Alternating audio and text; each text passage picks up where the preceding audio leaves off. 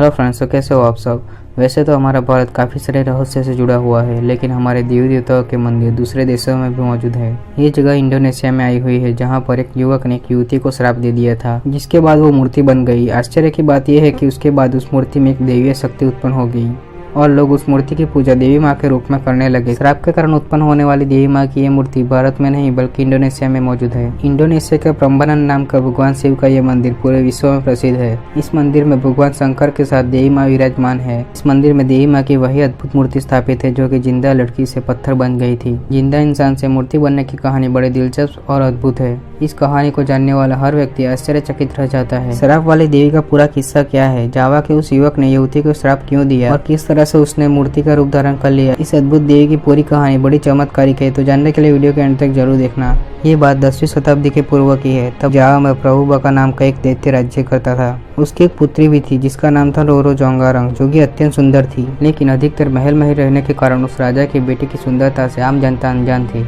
एक दिन उस दैत्य की पुत्री राजकुमारी अपने राज्य में घूमने के लिए निकली और उसकी नज़र एक मूर्तिकार पर पड़ी। उस मूर्तिकार का नाम था बोंदो वोसो और उस समय वो मूर्ति बना रहा था। उसकी बनाई मूर्ति इतनी सजीव लगती थी कि मानो अभी बोल पड़ेगी। उसके हाथ की कलाकारी देखकर ऐसा लगता था कि जैसे उसे देवीय शक्ति प्राप्त हो। उस दैत्य राजा की पुत्री उस कलाकार की मूर्तियों से इतनी प्रभावित हुई कि उसकी कला को देखने के लिए अपने रथ से नीचे उतर पड़ी और कलाकार की मूर्तियों को देखने लगी।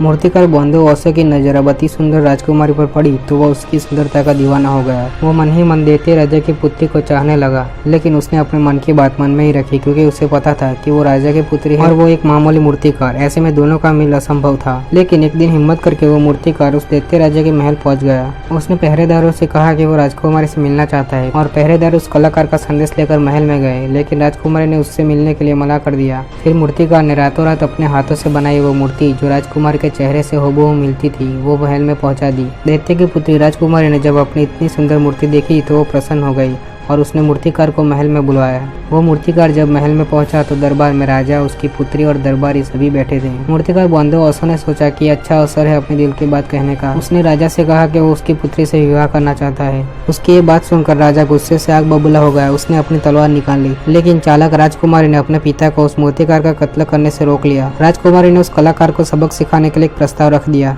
राजकुमारी ने कहा कि वो मूर्तिकार से तभी विवाह करेगी जब वो एक रात में 1000 मूर्तियां बना दे। राजकुमारी को पता था कि एक रात में 1000 मूर्तियां बनाना असंभव है। उसका सोचना था कि ना ही मूर्तियां बन पाएगी ना ही शादी हो पाएगी। मूर्तिकार बोंदो वोसो लगन से राजकुमारी की एक रात में 1000 मूर्तियां बनाने की शर्त पूरा करने के लिए अपने काम में जुट गया। उसने रातों रात 999 मूर्तियां बना दी और जैसे ही वो अपने 1000वीं मूर्ति बना रहा था कि सुबह हो गई। उसने अपना काम रोक दिया क्योंकि 1000 मूर्तियां उसको रातों रात पूरी करनी थी। लेकिन सुबह का उजाला होने के कारण मूर्तिकार ने काम रोक दिया। वो बहुत निराश हो गया था क्योंकि वो शर्त हार गया था, पर उसे पता नहीं था कि राजकुमारी ने उसके साथ धोखा किया है। दरअसल राजकुमारी ने अपने महल के आसपास के चावल के खेतों में आग लगवा दी थी, जिसके कारण पूरे शहर में उजाला हो गया। उस उजाले को सुबह जानकर मूर्तिकार ने अपना काम रोक दिया। वो 999 मूर्तियां ही बना पाया था, जिसके कारण वो अपनी शर्त हार गया था। वो घंटों तक रोता रहा, लेकिन जब वास्तव में सुबह हुई तो उसे राजकुमारी के षड्यंत्र के बारे में पता चला। वो बहुत ही क्रोधित हो गया और दौड़ा दौड़ा राजमहल में पहुंच गया। पहरेदारों के रोकने पर भी मूर्तिकार अंदर महल में पहुंच गया और उसने राजकुमारी को श्राप दिया कि तूने मेरे साथ छल किया है, जिसके कारण मैं 999 मूर्तियां ही बना सका। अब तू मेरी 1000वीं मूर्ति बन जा।